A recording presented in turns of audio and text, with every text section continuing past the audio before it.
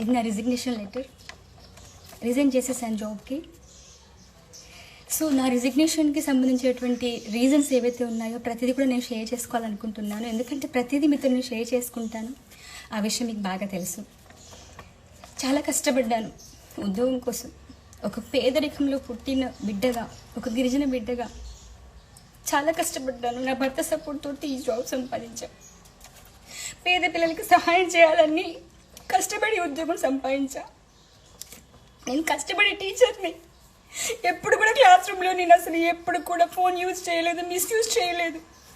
నా ఆనందం కోసం ఇంట్లో చేసుకున్నాను రీల్స్. కానీ నా మీద ఈ సమాజం ఎన్ని ట్రోలింగ్స్ వేసిందో. కనీసం అధికారులను కలవడానికి నేను ఎన్నిసార్లు వెళ్ళానో చెప్పులు అరిగిపోయేలాగా. ఒక్కసారి కూడా నాకు డిఓ మేడం గారు అవకాశం ఇవ్వలే అపాయింట్మెంట్ కలవడానికి. రోజంతా వెయిట్ చేయించారు, నాకు అవకాశం ఇవ్వలేదు.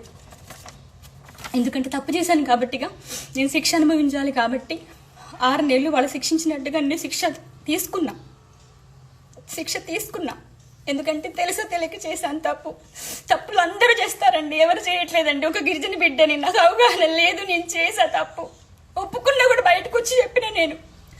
అయినా కూడా పెద్ద పెద్ద తప్పులు చేసిన వాళ్ళందరినీ కూడా తొందరగా జాబ్లో తీసుకున్నారు. నన్ను 6 నెలలు ఉంచారండి. నా బిడ్డలకు దూరం చేశారు. స్కూల్ పిల్లలు ఫోన్లు చేసి ఏడ్చారు తెలుసా.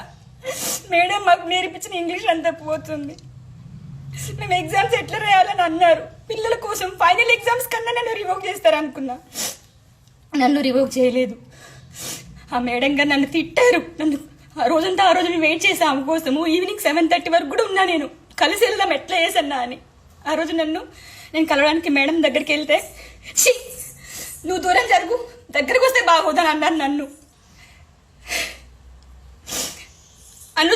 మీరు అనొచ్చు ట్రోలింగ్స్కి భయపడి, దానికి భయపడి, దీనికి భయపడి, నీవంటే నీకు తెలీదా, నువ్వెందుకు ఇంత కష్టపడి చేసిన ఉద్యోగాన్ని, సంపాదించిన ఉద్యోగాన్ని ఎందుకు నువ్వు వదులుకుంటున్నావని అనొచ్చు నన్ను.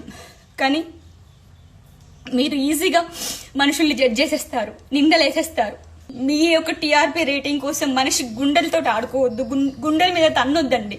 ఎందుకంటే కష్టపడే టీచర్లు కూడా ఉంటారు నాలాగా. ఒక్కసారి వచ్చి మీరు మా స్కూల్లో అడగండి, పేరెంట్స్ మీటింగ్లో వచ్చి పేరెంట్స్ ఒకసారి అడగండి వచ్చి, తప్పకుండా. ఎందుకంటే నేను ఆర్పీగా కూడా వర్క్ చేశాను, డిఆర్పీగా కూడా వర్క్ చేశాను. మంచి కమెండేషన్స్ ఉన్నాయి, నాకు అప్రిషియేషన్స్ ఉన్నాయి టీచర్ కమ్యూనిటీ నుంచి. ఇన్ని నిందలేసిన తర్వాత కూడా ఇంకా ఈ ఉపాధ్యాయ వృత్తిలో ఉండి నేను న్యాయం చేయలేనేమో అనే ఆ ఫీలింగ్ తోటి నేను రిజిగ్నేషన్ ఇచ్చేస్తున్నాను.